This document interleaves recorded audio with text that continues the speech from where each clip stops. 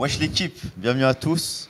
On est avec Elias, ça dit quoi? Bah, ça va très bien, ils ont demandé la caméra, on leur a donné la caméra là. C'est ça, c'est ça. On a fait pas mal de broadcasts où on commentait les matchs, vous demandez la caméra, on est là. Bon, en ce moment on est à Atlanta pour les finales OTI et on a un invité spécial. Tu peux te présenter?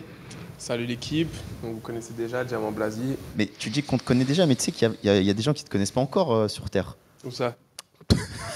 Elle est insupportable, frère. Déjà, et déjà que ça savent même pas que t'es français, frère. Pour ceux qui ne te connaissent pas encore, ça doit exister sur Terre. Est-ce que tu peux te présenter rapidement, voilà, dans quelle équipe tu joues, etc. Ouais, Diamant Blasi, j'ai 19 ans, je suis né à Charleville-Mézières, dans le nord de la France. J'ai grandi à Narbonne, j'ai joué au Pôle Espoir de Montpellier. Ensuite, je suis passé par le centre de formation de Roanne. L'année dernière, j'ai joué en high school en Floride, à Orlando Jordan Christian Prep pendant une saison. J'ai fini MVP et All Defensive Team de ma compétition. Cette année, je joue au Cole Hertz, à OTI, et on est en détente. Du coup, rapidement, c'est quoi OTI, pour ceux qui ne connaissent pas? OTI, c'est une ligue professionnelle, semi-professionnelle de basket, basée aux États-Unis, qui fait guise de passerelle entre high school et le niveau supérieur, que ce soit l'université ou les ligues pro directement. Pourquoi tu as rejoint OTI, du coup? Je sais pas. Carré. Non, je rigole. En vrai, parlons peu, parlons bien pour l'étal. Hein. C'est le mec. Mais comment ça se passe? T'es payé par la ligue? T'as un contrat professionnel? T'es payé avec des marques? Comment ça se passe? Les joueurs ici, ils ont plusieurs types de contrats. Il y en a qui sont payés strictement par Adidas, il y en a qui sont payés strictement par OTI, il y en a qui sont des contrats strictement pour le contenu.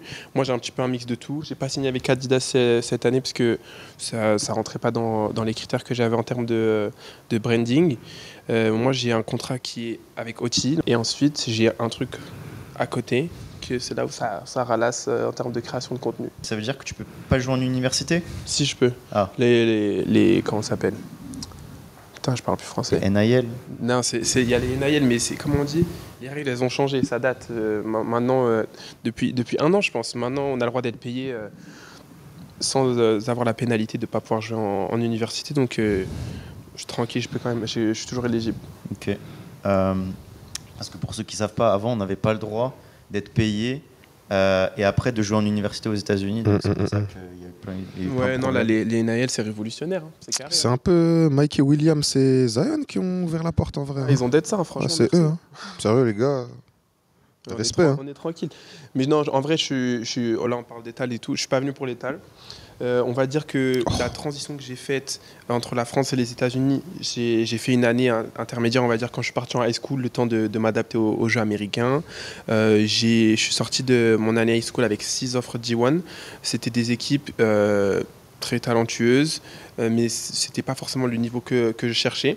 Les retours que j'avais eu des coachs, pour être transparent, c'était pas ce que j'attendais. Les équipes qui m'ont offert, c'était des D1 en majorité. Celles qui étaient mid-major, low-major, ils me proposaient des trucs qui étaient vraiment en place en mode presque starter la première année, j'avais un bon temps de jeu. Et les deux universités qui étaient un peu mieux, c'était San Francisco et Indiana. Qui eux m'ont dit, dans la réalité, en première année, mon gars, tu vas pas jouer, tu viens, on te forme et tout ça. Et dans ma tête de conquérant, je me suis dit, écoute, si eux, ils pensent que je suis pas prêt, je vais faire une année supplémentaire à OTI, voire 2, on sait pas. Et ensuite, quand je vais y aller, je gérerai dans les universités du niveau que je veux, et là, je pourrai jouer. Déjà, on va mettre la règle. Ah. Ici, on a une règle, c'est à chaque fois que tu fais des anglicismes. C'est quoi les anglicismes? C'est quand tu fais le carré. Quand tu fais le carré. Quand tu dis like, major, je sais pas quoi. Non, on est en France ici. Après, il y a des trucs que tu peux pas traduire aussi. Là, par exemple, high major, low major, tout ça. Là, d'accord. Je les ai appris. Genre, ça existe pas en France, du coup, je les ai appris. C'est ça. On pénalise les anglicismes qui sont pas nécessaires. Bah, déjà, tout à l'heure, tu as fait broadcast. Je voulais parler, mais je t'ai laissé faire ton intro. Il a pas de tort. Je vais me concentrer. Non, mais en vrai, juste, est-ce que tu peux expliquer? Parce que du coup, il y a plusieurs niveaux en université. Niveau D1, c'est le plus haut. Mais dans D1, Il y a plusieurs catégories. Est-ce que tu peux juste expliquer ça En vite fait? fonction des conférences, il y a plusieurs conférences dans tous les États-Unis. Il y a certaines universités qui jouent dans des conférences où le niveau il est un peu plus élevé. Donc les gros noms, les Duke, les Kentucky, les universités que vous, en France, vous entendez déjà, eux, elles font partie des high majors. Ensuite, il y a les universités qui jouent dans les conférences qui sont à un niveau un petit peu intermédiaire où le niveau il est un petit peu moyen. Donc ça, c'est les mid majors. Et les low majors, c'est celles qui jouent toujours en D1, mais que le niveau il est bas. Ça se tape presque avec des high major D2. Donc, ouais, c'est... Mais t'as vu là, ça parle de niveau, ça parle de trucs. Moi, j'ai envie de directement rentrer dans le sujet. Moi. Ah ouais? Tu dis ça? Vas-y. Mais du coup, voilà, on va un peu parler de ton parcours, etc. Est-ce que tu peux nous faire un bilan? Tu vois, là, on arrive à la fin de ta première saison. Malheureusement, ton équipe est plus en play-off. C'est hard. C'est hard. Mais bon, on a suivi un peu ta saison, on a commenté tes matchs. Il y a beaucoup de gens qui te suivent. Ouais, tu peux nous faire un petit bilan de cette première saison à OT? Écoute, assez mitigé. J'avais fait une super bonne pré-saison. Les équipes, les trois qui étaient dans le building et même les équipes qui étaient à l'extérieur. Building. Dans le bâtiment, dans l'établissement américain OT. OTE. J'étais plutôt convoité là, avec la pré-saison que j'avais fait. J'avais montré mes qualités athlétiques, le fait que j'étais plutôt versatile à pouvoir jouer avec tout type de joueurs. J'ai été drafté chez RWI avec coach Fraser, mais chaque équipe avait le droit de voler un joueur. C'est une règle de fou, ça. Hein. C'est une règle de fou. Sympa. Et donc, moi, j'ai pété mon seum. Pourquoi? Parce que déjà, moi, je voulais aller à RWI. Ok. Pourquoi? Non, tu connais RWI, ça flingue. Ouais, c'est vrai que Ça flingue. Ok. Ça Ça flingue. Genre, si t'as le choix de choisir, le maillot, il est noir et tout, tu connais. Ouais, il est juste derrière toi. Le ouais maillot t'as derrière. capté. Ça flingue. Mais nous, on a ton maillot derrière. Là. Ouais, non, il est stylé aussi le bleu, tu connais. On crache pas sur les couleurs. Mais t'as capté, j'étais hype. Je suis drafté à RWI, tout ça. Tout le monde me l'avait dit 2 semaines avant. Et le jour de la draft, t'as pas mon coach, il jette le maillot sur le sol là, et genre, il va. Parmi tous les 5 stars, il y a tous les 5 stars, il y a tous les 7 foot, les joueurs qui font 2m15, tout ça là. Il a gaspillé pour moi. Ok, carré, je me dis, bon, ça veut dire le coach, il me veut à fond, il a vu mes qualités, machin, il va me faire jouer tout ça. J'arrive, le poteau, il me fait jouer 5. Déjà, descente aux enfers. De base, toi, tu joues quoi, toi? Moi, je suis 3-4. Je suis versatile, je peux défendre de 1 à 5, mais en attaque, je fais 1m98. Non, j'ai maxé, je veux trop être petit.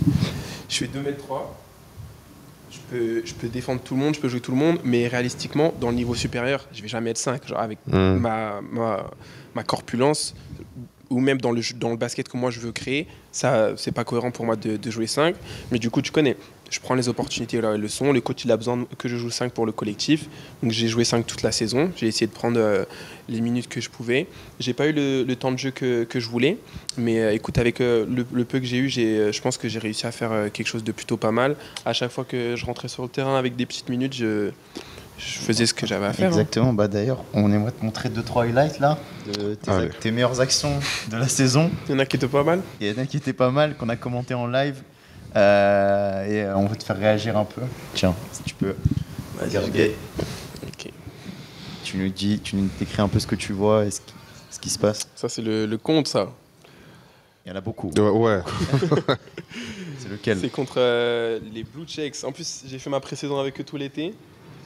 C'est mes gars, en plus. Il sait très bien qu'il peut pas faire des layups. Je sais pas pourquoi il a fait ça. Non, c'était mignon, ça. Vas-y, il y en a d'autres en bas. Ça, c'était mignon. Hop, le prochain, c'est lequel?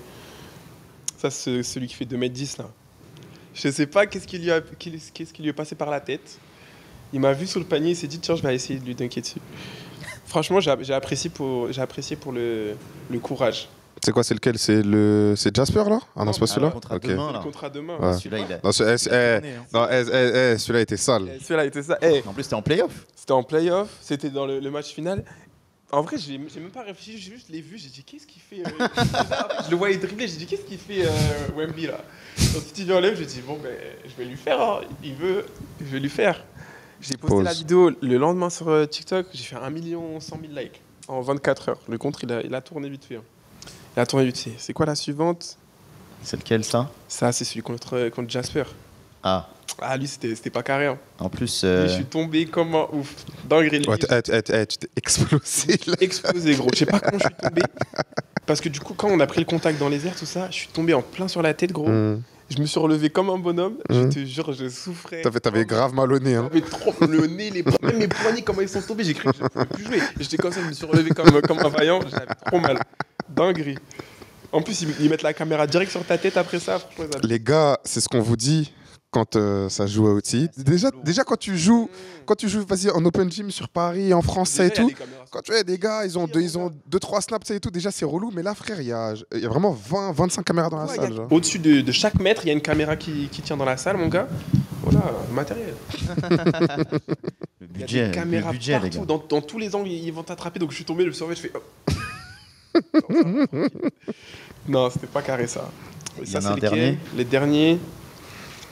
Ah, c'était contre Diamond Dove chez eux, là. Premier match qu'on a été à Phoenix. Ils ont pas compris, hein. Ils ont pas senti. Ils ont pas senti, ils ont pas compris. Je crois que j'ai eu 6 contres pendant ce match. Et genre, ils continuaient de faire des lay-ups comme si j'étais pas dans la raquette. Mais après, là, frère, tu me dis, ouais, moi, je veux pas jouer 5 et tout. Les actions qui ont le plus tourné de watts, c'est des comptes de volée comme ça. Moi, d'un côté, là, je comprends un peu le coach, là. Moi, je parle plus offensivement. C'est défensivement, oui, je t'ai dit. Il faut aller dans mes DM, là, bien joué. De 1 à 5, je peux défendre sur tout le monde. Avec les qualités athlétiques que j'ai, je pense que c'est ce qui fait de moi un joueur intéressant. Mais offensivement, mon gars, là, tu m'en D1 demain. Tu penses que imaginons que tu m'en NBA demain. Tu penses que je vais défendre contre des grands tontons comme ça? Tu penses que je vais défendre contre Jokic? Courage, quoi. T'as capté? Attaquer sur Jokic, sur Embiid, c'est pas là où je vais être le plus efficace. On va dire, je peux le faire, mais c'est pas là où je vais être le plus efficace. Tu peux défendre sur... Ouais. Ok. Ouais. Vas-y, on va passer un peu à parler de ton expérience du coup à OTI cette année. Est-ce que tu peux expliquer un peu comment ça se passe? Voilà, les gens ils savent pas. C'est quoi la journée type d'un joueur à OTI rapidement voilà, tu fais quoi la journée? Mais attends, vite fait, il faut leur expliquer aussi qu'il y a une différence entre les 3 équipes basées à Atlanta et... Bon, j'ai pas envie de dire... Les affiliates, les équipes affiliées. Voilà, j'allais pas dire ça comme ça, mais... Ah, mais en gros, il y a 3 équipes dans le bâtiment, dans le building. qui sont basées Il ici. y a du coup l'école Arts, chez qui tu joues, RWE et les City Reapers. Et du coup, ceux qui sont vraiment à OTI à Atlanta. Voilà. Et à dire raconte-nous une petite journée. Là. On va dire que les 3 équipes qui sont sur place, elles sont un petit peu privilégiées parce que nous, on a l'infrastructure. Un peu qu'on a accès 24 heures sur 24. On a tous un pass, je sais pas si je l'ai sur moi. On a tous un pass. Non, je l'ai pas, j'ai pas mon pass. On a tous un pass avec lequel on peut rentrer dans toutes les salles. On a la salle de muscu, le show court, on a le terrain en bas. On a accès vraiment à tout quand on veut. 24 heures sur 24. 24 heures sur 24. 7 jours sur 7. 7 jours sur 7. Ouais. Les autres équipes, eux, ils ont pas les mêmes accès. Je vois des highlights de Thomas Bassong, là, Jellyfa, mon gars, je vois le gymnase. Ils ont pas de gym. Et chef, le gymnase, mon gars, c'est grigné. Le niveau, il est cool, mais les infrastructures, c'est pas la même chose. Moi, j'ai eu l'opportunité d'avoir un choix entre venir dans les équipes qui sont ici ou d'aller jouer aux Blue Checks. J'ai fait ma pré-saison avec les Blue Checks. J'ai vu comment c'était, c'est bien. C'est une belle infrastructure que certains centres de formation ont en France.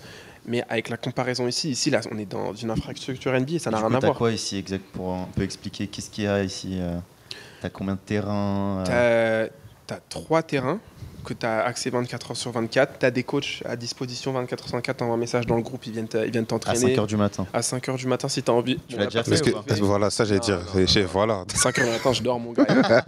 Tu connais Kobe Mentality. Faut pas le dire. Non, tu connais, des fois je viens à 22h, 23h. Je suis déjà resté jusqu'à 2h du mat. Après, il faut dormir, tu connais. Ouais. Le sommeil, c'est important pour éviter les blessures. On va la mettre comme ça. Bien joué. Donc, tu as des coachs à disposition tout le temps, tu as les shooting machines, tu as la salle de muscu, on a des traîneurs personnels. Chaque équipe a 4 ou 5 personnes qui s'occupent des joueurs.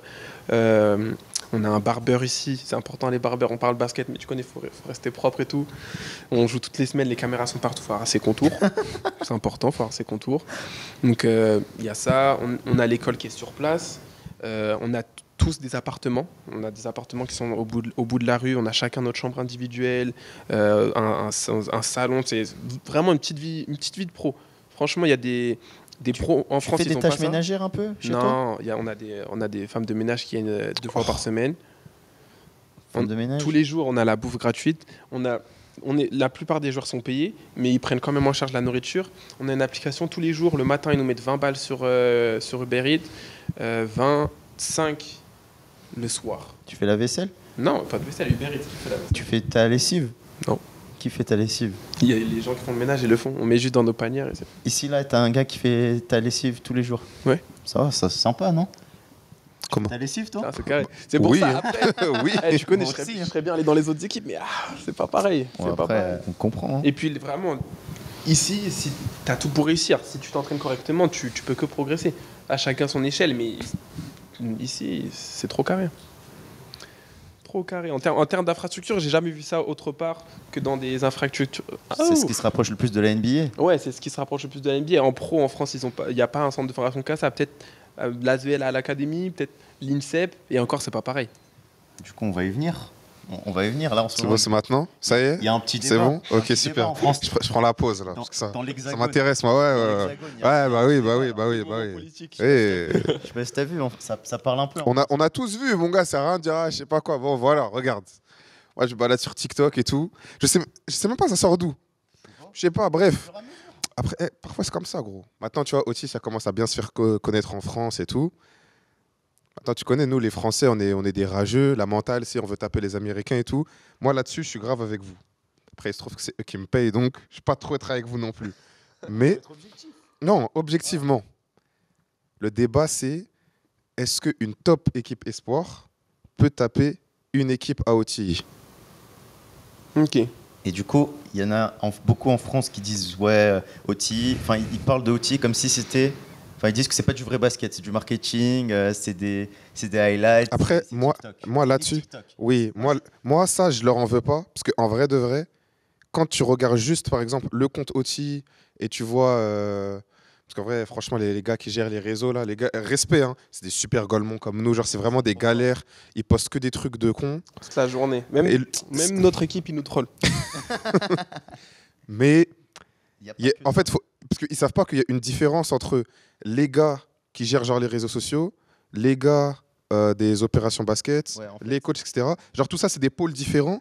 Et il y en a carrément, ils se connaissent même pas entre eux. Genre le gars qui gère par exemple la page de ton équipe, il connaît peut-être pas ton coach perso, genre. Mm. Parce que chacun est vraiment dans son truc à fond. Non, Donc, parce que bref. les gens, ils ont tendance à oublier. Ici aux États-Unis, la différence avec ce qu'il y a en France, c'est que tout est business. En France, dans le marketing, certaines équipes pro, ils commencent à le faire. Ils ont des general managers qui s'occupent des interventions, tout ça. Le nombre d'anglicismes qu'il fait, c'est dingue. Genre. General manager. Non, mais même trainer perso, mais- tout. Non, mais On va te mettre des amendes. il est au moins à Ton 15 là, hein, salaire, sérieux. tu gagnes 1 milliard d'euros par seconde. Non, mais ici, on va dire que les personnes qui s'occupent des pages des équipes, ils sont payés par le nombre de vues qu'ils font. Ils ont des primes par le nombre de followers qu'ils ont. Ils sont en compétition. Il y a chaque équipe, tu vois, nous on est en compétition, on joue sur le terrain. Et là, les personnes qui s'occupent des réseaux sociaux des équipes, ils sont en compétition avec les autres équipes. Donc eux, ils postent de fou, ils postent tout. Tu rates un lay-up, ils vont le poster. Tu mets un lay-up, ils vont le poster. Ce qu'ils font sur les réseaux, ça nous met en valeur la plupart du temps parce que vas-y, on joue en tant que joueur, c'est flatteur. Mais tout ce qu'ils postent, ça n'a presque rien à voir avec ce qui se passe. Et si nous aussi on était payé par vue finalement, en vrai. Et si Non, pas beaucoup d'argent, frère. Et si ça négociait ça pour la France aussi. Mais du coup, en parlant juste de niveau, parce que bah, toi, tu as joué en espoir à Rouen, Ouais. en France, et aujourd'hui, tu es un joueur de OTI. Genre, c'est quoi ton opinion là-dessus, toi qui as vu un peu les deux niveaux? Ayant joué dans les deux niveaux, moi je pense qu'une top équipe OTI et une top équipe espoir, ça se tape. Mais une équipe milieu de tableau et espoir, il n'y a pas. Une équipe milieu de tableau de espoir? Moi j'aime pas. Non, attends, non, c'est toi qui attends. Moi j'aime pas les trucs comme ça. Moi je veux des blazes. Moi. Ça fait top équipe espoir, il y a quoi? Attends, c'est les centres de formation pro. Ils savent pas c'est quoi les espoirs. Oh là là. Il faut partir de la vidéo. Franchement, les gars, wesh. Rapidement, les gars. Non, bienvenue à tous. Ok. On accueille- on Vas-y, accueille- dis-leur vite fait. Ouais. Venez comme vous êtes, allez, vas-y, présente rapidement. C'est les équipes pro, Pro A et Pro B du coup du championnat de France qui ont un centre de formation. Et en gros, c'est les joueurs de moins de 21 ans. Mhm. C'est ça? Ouais. Voilà. Du coup, maintenant une top équipe. Bah, Cholet, ils ont gagné l'année dernière. Ouais. Voilà. Bon, Cholet contre On a dit top espoir contre top OT. Ah, du coup, là, ce serait les Reapers en vrai. Vas-y. Reapers, Ou...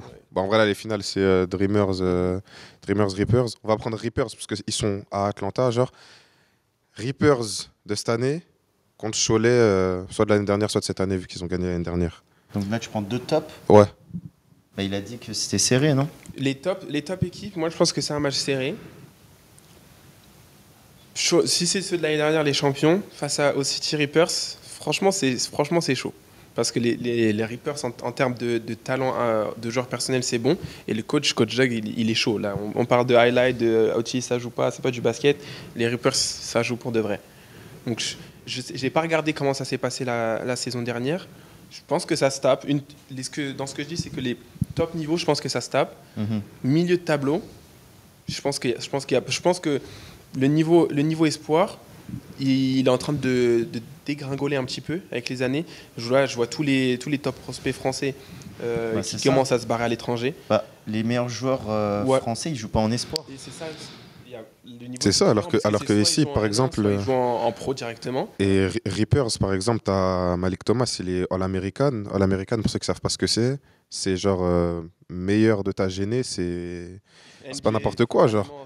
C'est les 20 meilleurs joueurs du pays, genre. 20 meilleurs joueurs de ton âge du pays. Et à OT, il y en a 2. Il y a Shona Baev chez Fear of God et Malik Thomas chez les Reapers. Il va y avoir Jasper aussi qui devait le faire, mais il fait snob. Mais il y a, en termes de talent de joueur individuel aussi, ça joue. C'est c'est la ligue TikTok. Les gens, ils aiment pas ça parce qu'ils modifient trop. Comme les gens, pas en France, on va dire en général, quand les gens ils réussissent, ils ont le seum. Donc quand ils voient des joueurs qui sont bons et qui en plus ils font des vues, ils ont le seum. Intéressant. Là, j'ai l'impression qu'il parle de lui un peu. C'est intéressant. J'ai l'impression qu'il parle de lui. Non, mais... Bah, après si tu insinues que je suis bon, je le prends. Ouais, on commente les matchs. Toi qui l'as dit. On va pas dire ça, évidemment. Non, mais si on... Espoir Pro B, il n'y a pas un monde. Esport Pro B ou le top équipe aussi, il n'y a pas un monde où ça se passe. Toi, c'est quoi la différence que tu as vue? Qu'est-ce qui a fait que quand tu es arrivé ici, même avec ton année là, tu dis ouais, la différence c'est trop ici, genre c'est sur quel point? La manière dont les coachs approchent le jeu. Ici, là, on parle de NBA demain. Là, tout le monde est dans le même mindset, tout le monde est pro, on travaille. En France, je pense qu'il y a une lacance, ça existe ça? Un lac? Une lacune de confiance en soi chez les joueurs. Les joueurs, ils sont là, je suis ensemble, putain, j'ai réussi à l'ensemble de formation, j'espère que je vais aller en pro, bon, peut-être l'année prochaine, je vais aller en N1. Ici, tu demandes à tous les joueurs, là, dans 2 ans, ils sont NBA. Donc c'est dans la mentalité Dans déjà. la mentalité, dans la sélection que Oti fait dans le recrutement de ses joueurs, ils prennent pas tout le monde, ils prennent pas n'importe qui. Les gens parlent de ligue TikTok, ligue machin. Il y en a des milliers de TikTokers dans les États-Unis, mais il n'y a pas tout le monde qui est ici. Pour se faire recruter ici, c'est pas facile. Et surtout, nous, ce qu'on voit aussi, du coup, quand on vient ici par rapport en Europe, c'est les qualités athlétiques. Ouais, la dimension physique, frère. On voit les matchs et tout, comment ça court. En fait, je trouve à l'image, pas que ça rend moins bien, mais en fait, vu que... En fait, je sais pas, si tu prends un gars... Là, je suis obligé de faire une métaphore un peu de Golemont. Mais tu prends, sans manquer de respect, tu prends un gars, je sais pas, il court à 30 km/h avec des gars qui courent à 15 km/h à côté de lui. Tu vas dire, wesh, il est rapide de fou, c'est quoi cette dinguerie? Maintenant, tu prends que des gars qui courent à 30. Tu te diras, et tu les mets tous ensemble, on dira, ils trottinent, tu vois. Tu vois ce que je veux dire ou pas? Tu vois ce que je veux dire? Vous voyez ce que je veux dire? Ok.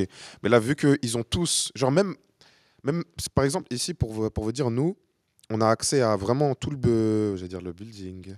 On a accès à tout le building ici. On peut aller voir les terrains d'entraînement, on peut aller voir son entraînement. Tu sais, on peut faire ce qu'on veut en vrai. Et on voit, rien que la dimension physique, on va mettre des gars qui jouent pas trop, voire même qui jouent pas, des exercices de conditioning, de mise en forme ici, de cardio, bien joué. Oh là là. Oh, tu vas être amende, toi. Stop. Mais des exercices physiques ici, genre tous les gars sont quasiment au même niveau. Genre il n'y en a pas un qui met 5 secondes d'écart au dernier. C'est genre, un truc de fou. tout le monde est vraiment prêt physiquement. Même des gars qui ont des lacunes techniques en termes de Zikfi, ils sont graves là. Et en France, c'est pas l'écart est plus vaste. Il y a des gars qui tiennent grave la route, des gars qui peuvent venir jouer ici, ça bien évidemment. Mais si tu prends un panel en France, moi je pense que certaines équipes espoirs peuvent jouer, mais je pense qu'il y a peut-être 2-3 gars qui vont sortir du lot. Tu vas dire, ah, eux, ils peuvent jouer, eux, ils sont au niveau. Mais dans l'équipe et tout, quand ça va commencer à faire des rotations, quand on va arriver vers 3e, 4e quart-temps, ah, chef. Moi, je pense qu'une équipe espoir, s'ils font descendre tous les joueurs qui jouent en pro, là, il y a parce qu'en termes de prospects, en France, on a des très bons joueurs. Ah, frère, c'est fourni. Hein. C'est une ligue qui est très bonne, mais c'est limité. On est 30 joueurs dans le bâtiment à Atlanta. Si on parle sur toute la ligue espoir en France, ça peut se taper. Mais avec les équipes actuelles, moi, je reste sur mon point. Ouais, tous les joueurs qui sont vraiment bons, ils sont surclassés. Moi, quand je joue en espoir, j'étais jeune. J'ai jamais joué en espoir en étant espoir d'âge. Quand j'étais en centre de formation, j'étais en U17, en U18. J'ai fait 2 ans, je ne vais pas compter ma première année parce que j'ai fait quelques entrées en espoir, mais je ne jouais pas beaucoup. Mais quand tu joues dans une ligue et que tu es considéré comme être bon, les bons joueurs, ils ne sont pas dans leur catégorie d'âge, ils sont dans la catégorie au-dessus et ils ont des minutes qui sont réduites. Et si c'est vraiment des prospects de malades, là, ils jouent plus et ils dominent déjà en étant en avance. Là, il y en a quelques-uns que je vois en espoir qui sont super jeunes, qui défoncent tout, c'est des 2009. Je vois un 2009 là, à la NGT, là, a fait des stats de fou malade là. Lui, Aaron. Ouais, il me semble. Ouais, Aaron. Ouais, la vache, frère. Il a fait un match à 31, un match à 36 avec Next Gen. Là, ouais. Si dans toutes les équipes, tu fais descendre tous les joueurs qui sont censés être en espoir, un 2009, moi, quand j'étais en France, quand tu es 1 an ou 2 ans d'avance, même si tu as le niveau, tu joues pas. Il y a les joueurs qui sont au-dessus, qui ont ton âge, tu es bas dans le ressort, tu peux pas jouer. C'est pour ça que là, quand je dis qu'une équipe là, actuelle du niveau espoir, avec tout le monde qui se barre aux États-Unis petit à petit et tous les bons joueurs qui sont dans les équipes supérieures, il y a pas. Physiquement, les joueurs en France, ils peuvent pas tenir. Si ça joue correctement à OT, même s'il y a des trucs techniques, tout ça, on va les souffler. Du coup, dernier truc aussi par rapport à ça, avant de passer à autre chose, mais surtout, qu'est-ce que tu penses des différents en termes de qualité individuelle? Parce qu'on dit souvent que en Europe, on apprend plus à jouer collectif, et ici, les joueurs ils sont plus développés sur le plan individuel. Toi, tu penses que... C'est quoi ton opinion là-dessus, après avoir passé 1 an ici, 1 an Moi, je pense que ça, c'est vraiment lié à ce qu'on voit sur les réseaux, encore une fois, parce que du coup, comme on n'est pas sur place quand on est en France, on ne peut pas vraiment comprendre ce qui se passe sur le terrain ici aux États-Unis, parce que tout ce qu'on voit, c'est les highlights. Quand tu vois il y en a 2-3 qui regardent les matchs quand même. Il y en a Il y a du monde avec nous quand même. Non, ils sont branchés quand même, attention. Ouais. Pardon, population. Tant pour moi. Mais ce que vous voyez le plus souvent, parce que les joueurs, ce qui jouent le plus, la saison elle est très courte, là on est en mars, ma saison elle est terminée, tu vois. Les joueurs ils jouent en AAU. Ils sont là, ils vont à Cancun pendant 1 semaine et ensuite ils jouent en AAU. AAU c'est les tournois d'été. Quand vous voyez les joueurs, ah putain il a changé d'équipe 50 fois cette année, moi je comprenais rien quand j'étais petit, je disais il est dans quelle équipe lui? C'est horrible à comprendre le circuit AAU. Les joueurs ils jouent avec ça s'appelle une travel team, une équipe. Pardon. Allez, on a abandonné. Hein. On a abandonné. Ouais. Donc c'est les travel teams, c'est les équipes d'été en gros. De voyage. Et c'est pas comme un camp, mais il y a des tournois qui sont vus, c'est les périodes de recrutement où tous les recruteurs ils sont autorisés à venir pour te voir. Et là, c'est un petit peu un showcase. Les joueurs ils vont là-bas, c'est que du 1 contre 1, ils sont là pour se montrer. C'est des joueurs avec qui ils ne jouent pas en saison régulière et ils en ont rien à foutre. Et tu prends la balle, tu fais tes buckets. Et c'est pour ça qu'on a tendance à dire que le jeu américain c'est pas pareil. Mais après, quand tu arrives en G1, là, ils n'ont plus le choix, ils sont obligés de jouer collectif et là, ça se clean un petit peu plus. J'aurais tendance à dire qu'à OT, ça joue un petit peu plus correctement parce que les coachs, ils ont un bon niveau, et ils essaient de faire ce qu'ils peuvent pour enlever les habitudes de AAU. Mais AAU, ça pénalise. Hein. Moi, j'ai joué une session l'été dernier d'AAU, ça fait mal au ventre. Tu essayes de jouer correctement au basket, l'extra passe, tu la vois pas. Hein. Même si tu es wide open. Il y a 5 joueurs sur le gars. N'abuse pas non plus, quoi. Il y a 5 joueurs sur le gars qui a la balle, il va pas la passer.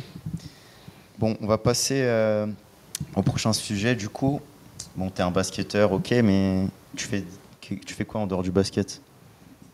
Bah, surtout que tu as dit que tu avais ton contrat pro ici et que tu as un contrat contenu. Je te pose la question, quoi. Tu fais quoi dans la vie? Je suis là. Non, je suis créateur de contenu aussi sur les réseaux sociaux. Un réseau en particulier? Je suis générateur de bread. Je fais des tales. Dans la vie, je fais quoi? Je fais des tales.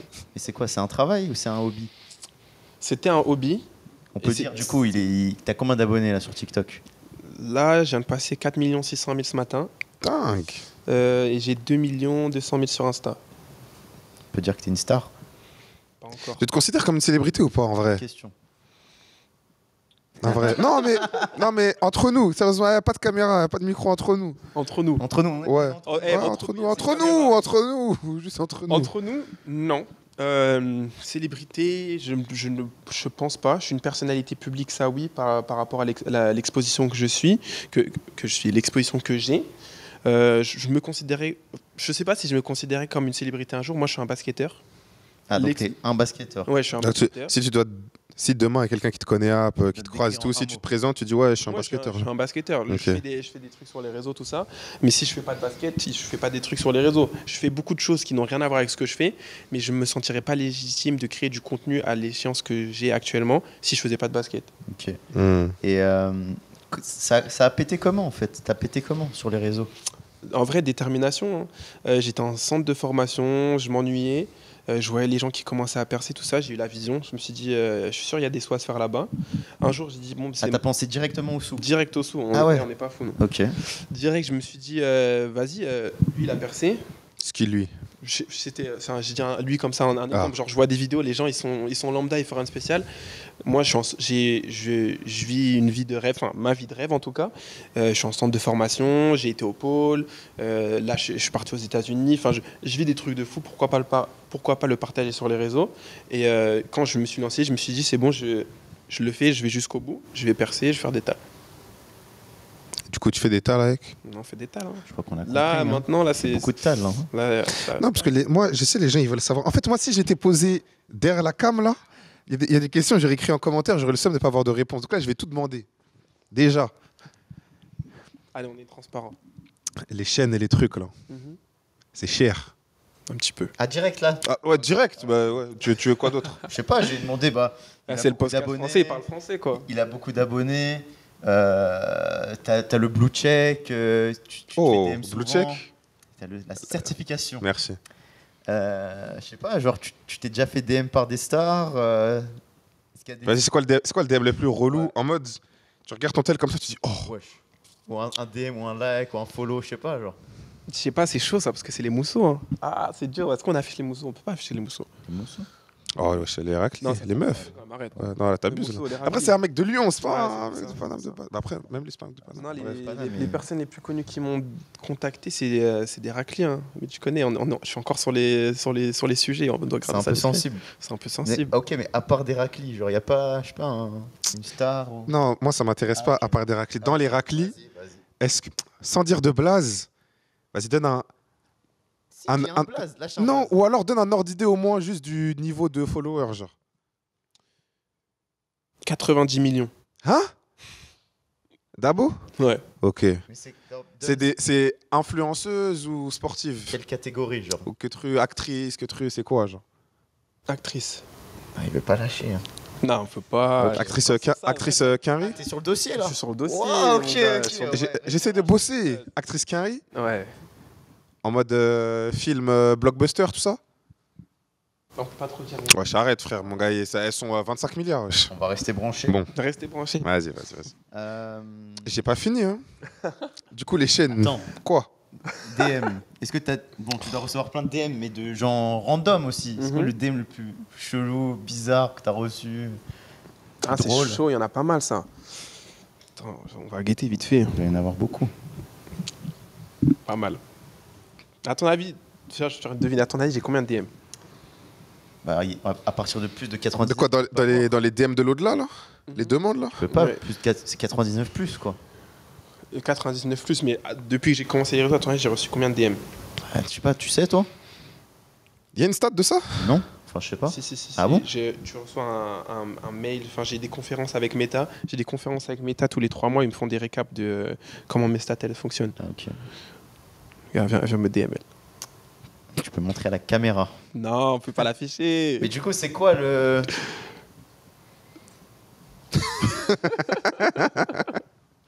Ah, des trucs comme ça. Ah, mais si, j'en ai reçu quelques-uns. Ah, ça, je peux l'afficher, j'en ai rien à foutre. Ça, j'en ai rien à Je sais foutre. pas dire non. Il y a Du pain, quoi. du pain un petit peu. Vous connaissez. Elle va me bloquer, elle va avoir le seum. Vous connaissez la petite dame qui a demandé à la Melo Ball de s'abonner en retour. Oui.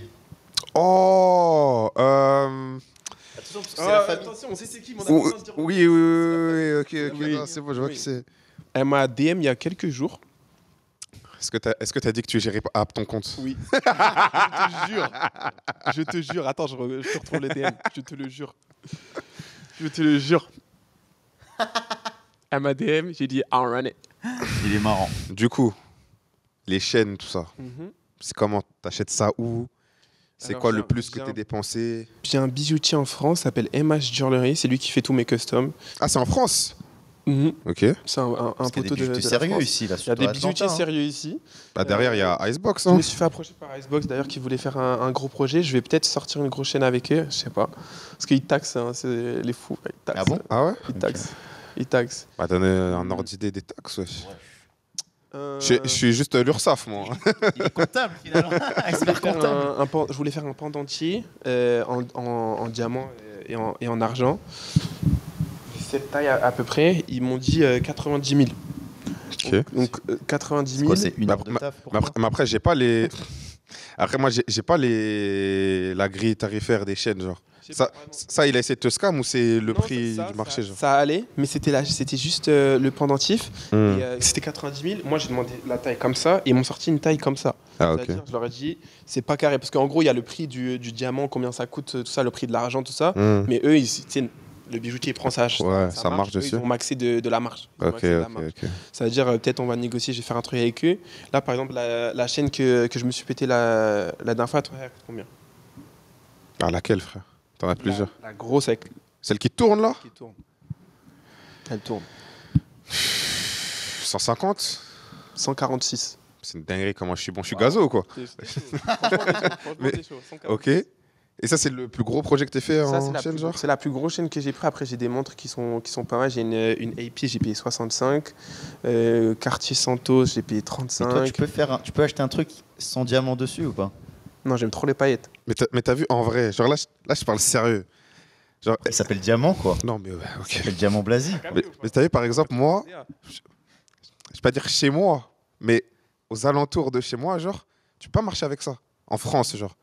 Ici, c'est tranquille, c'est carré de marcher avec ça. Genre, au coup, t'as 150. En vrai, je marche pas comme ça avec ça. Voilà, tu vas mettre ça quand, par exemple? Que quand t'es Quand- genre dans le building à outils? Quand je suis dans le building, quand j'ai des événements où je dois créer du contenu ou alors je dois me présenter, tu connais, il faut faire la mala.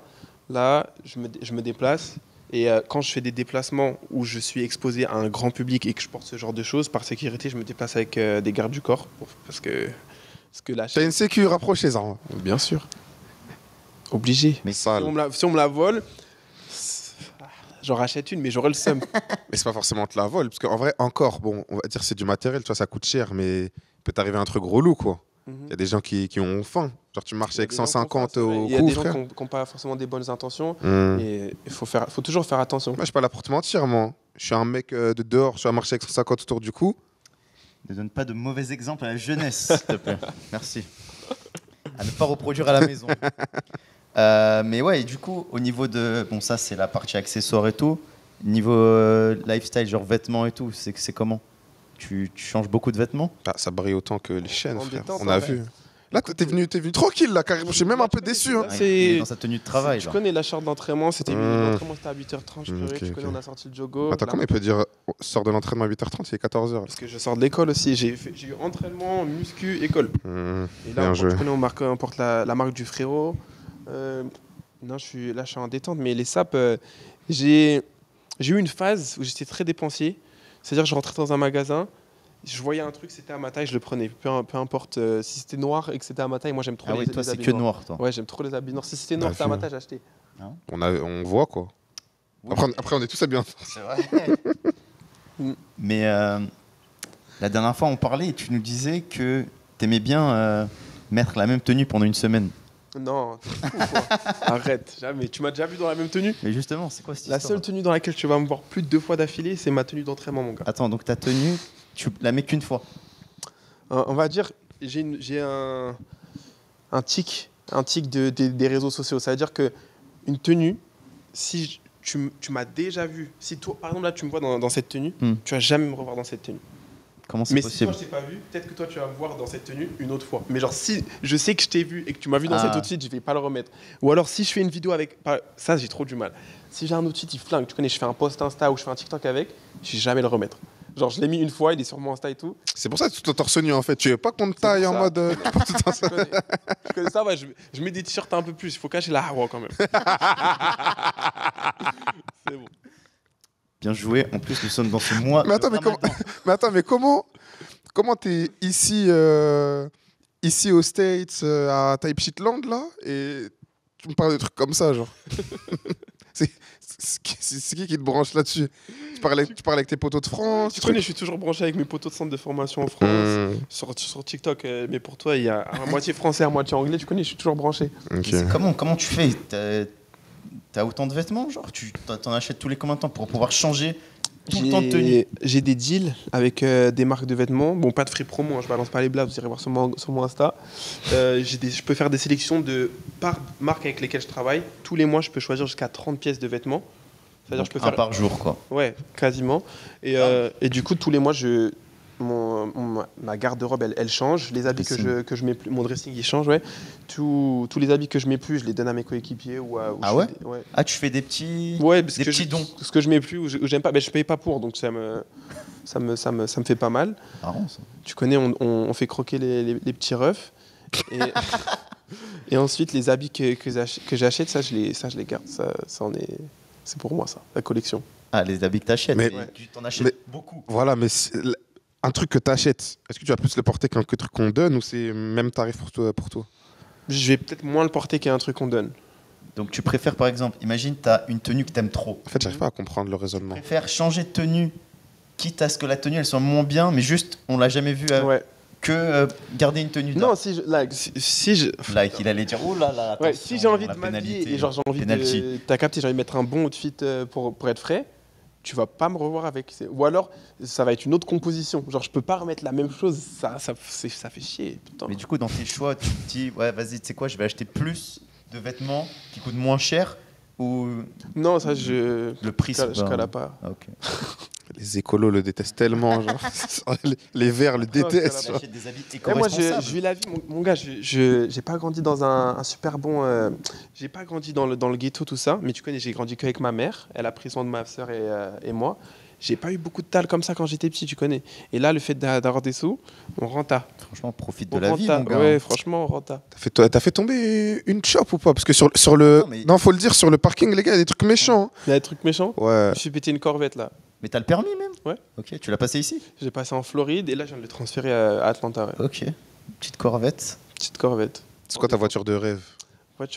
J'ai pas vraiment de voiture de rêve. Je suis pas trop dans les voitures, tout ça. Je veux juste une petite collection de chop. C'est quoi cette réponse de fou? Une voiture. Je suis pas dans les voitures, juste une collection, genre. Non, tu sais, genre 6-7 cars. 6-7 quoi 6-7 voitures. Ah, ok, j'avais pas entendu. J'ai oublié les gars. Non, mais tu connais 6-7 petites voitures à la Central C qui ont toutes la même couleur, un truc comme ça, tu connais. Je capte. Mais une voiture que j'aimerais bien, une Lambo, un truc comme ça. Peut-être l'année prochaine. Peut-être, hein. Est-ce que Je souhaite en tout cas. tu vas faire pareil avec les voitures? Genre, si on te voit une fois avec, tu la changes? Non, mais je vais peut-être accorder ma voiture à mon outfit, c'est ça, on peut le faire ça. Ah, c'est noir, quoi, finalement. Ouais, donc c'est carré. Ça, c'est vraiment la mentale de Kodak Black et la Mélo, ça. Ouais. Ils sont à fond dans celle-là. Ouais, non, moi j'aime bien ça, c'est carré. C'est quoi la suite pour toi, là, du coup? Là, t'as quel âge déjà? Là, j'ai 19 ans. Là, donc là, c'est la première saison à OTI qui se finit pour toi. C'est quoi la suite pour toi? Est-ce que t'as déjà des... Enfin, c'est quoi tes plans pour l'avenir? Pour l'avenir, c'est quoi ton objectif? L'objectif ultime, c'est la NBA. Gagner des titres NBA, être MVP pendant une saison, être le meilleur joueur du monde possible et faire le plus de choses que je peux accomplir avec mes qualités physiques. À court terme, j'aimerais aller en D1 en high major et gagner un Conference Championship et pourquoi pas le March Madness. Là... Attends, vite fait. Là, je suis obligé de t'arrêter là-dessus parce que carrément, il y a des joueurs NBA. Parce que genre, March Madness, potentiellement, tu peux le jouer qu'une fois. Et tu peux du coup gagner un titre universitaire qu'une fois. Et il y a des gars qui n'ont pas gagné de titre universitaire, mais qui ont gagné des titres NBA. Genre, ils ont dit, tous les jours, j'échange un titre NBA pour un titre universitaire. Genre. Ouais, je sais, ouais. J'aimerais bien gagner un titre universitaire, ça c'est carré, c'est des bons souvenirs qui restent à vie. Là, pour la suite, à court terme, j'ai le choix entre soit rester une année plus Saouti ou alors partir en université tout de suite, en fonction de ce qui est proposé. Là, mais avec ma famille et mes agents, tout ça, on est en train de voir ce qui va être fait. Mais normalement, c'est carré pour l'année prochaine, on est en détente. Peu importe où j'irai, les opportunités que j'ai là, je suis satisfait, ça va se carré. Vas-y, bah écoute, on te souhaite le meilleur pour le futur. Surtout de rester ici quand même, quoi. C'est vrai qu'on n'est pas trop mal ici. Mais si tu seras ici, en tout cas, l'année prochaine, on commentera encore tes matchs. Bah les gars, merci à tous d'avoir regardé ce premier podcast. Dites-nous ce que vous en avez pensé. Vous avez demandé la cam, on vous l'a servi. Merci Diamant d'avoir été avec nous. Abonnez-vous à World Time France les gars. Ratez pas toutes les exclusivités sur le basket français et américain en détente.